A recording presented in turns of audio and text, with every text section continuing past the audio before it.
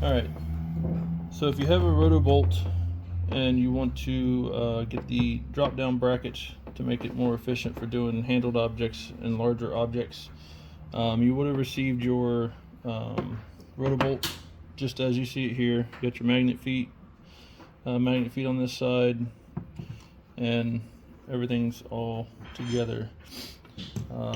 In the kit, you're going to get these 3 brackets with the respective hardware for the placement that they're going to go in. You also have thumb screws up here to lock it onto the rails of the laser.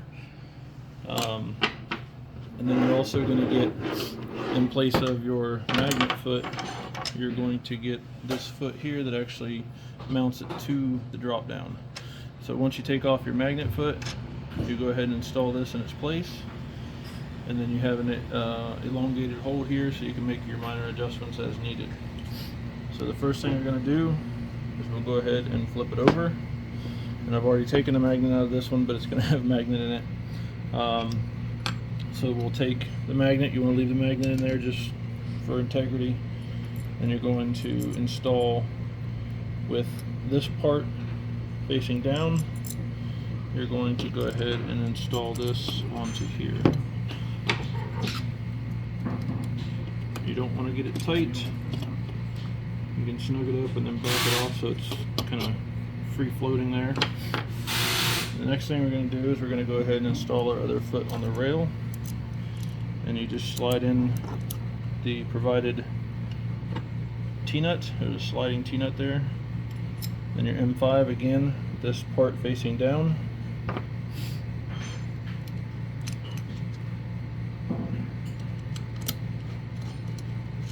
Start that, back it off, let it kind of free float.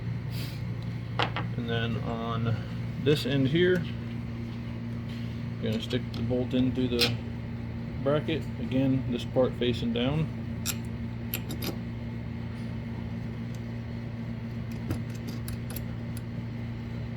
Again, leaving that loose. So once you've got everything together, it should look like this.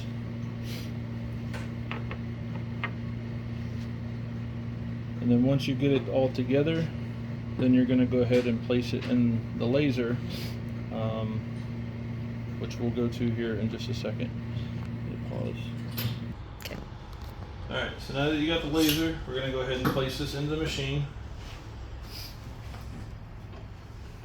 And you want to go ahead and slide your bracket over the rail, slide your back bracket over the rail, and go ahead and put your front bracket over the rail just like that. Once you have it in there, everything should pretty much square itself up. I mean, if not, you can kind of wiggle it until it falls into place. And then what you'll do is just hold it down, tighten your thumb screw there. Same thing. Hold it down, tighten the thumb screw, and then tighten the thumb screw right here. Once that's in place, everything should kind of move around a little bit. So you're going to go ahead and tune where it's at. And the way I like to do it is just have the gantry. And then that way you can kind of look down the edge of it there. And once both sides are even, you should see an even line across there.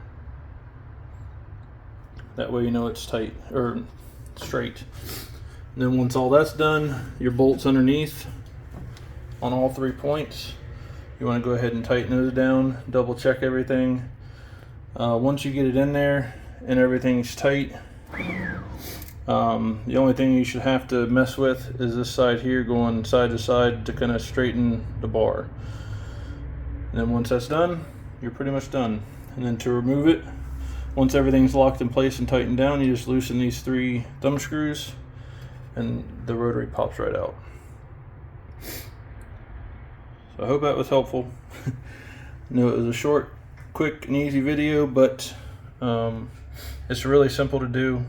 Just take some time to get it set up, the initial, probably less than 30 minutes. Get it in there, get it straight and lined up. And then once it's done, once you drop it in, it should fall into place every time. You shouldn't have to worry about alignment or anything. But it is good to check it just to verify, make sure something didn't get knocked out of whack. Because when the rotary's out, if you hit one of these, you can knock it out and then cause it to kind of skew a little bit. But if you tighten them down really good, you shouldn't have to worry about that too much. And then also with these brackets, you can cut a piece of wood the size of the opening and set it down on there, obviously without the rotary, and then that way you can have a false bottom for doing other stuff or getting more Z depth out of the machine. So hope it was helpful. If you have any questions, let me know. We'll see you in the next video.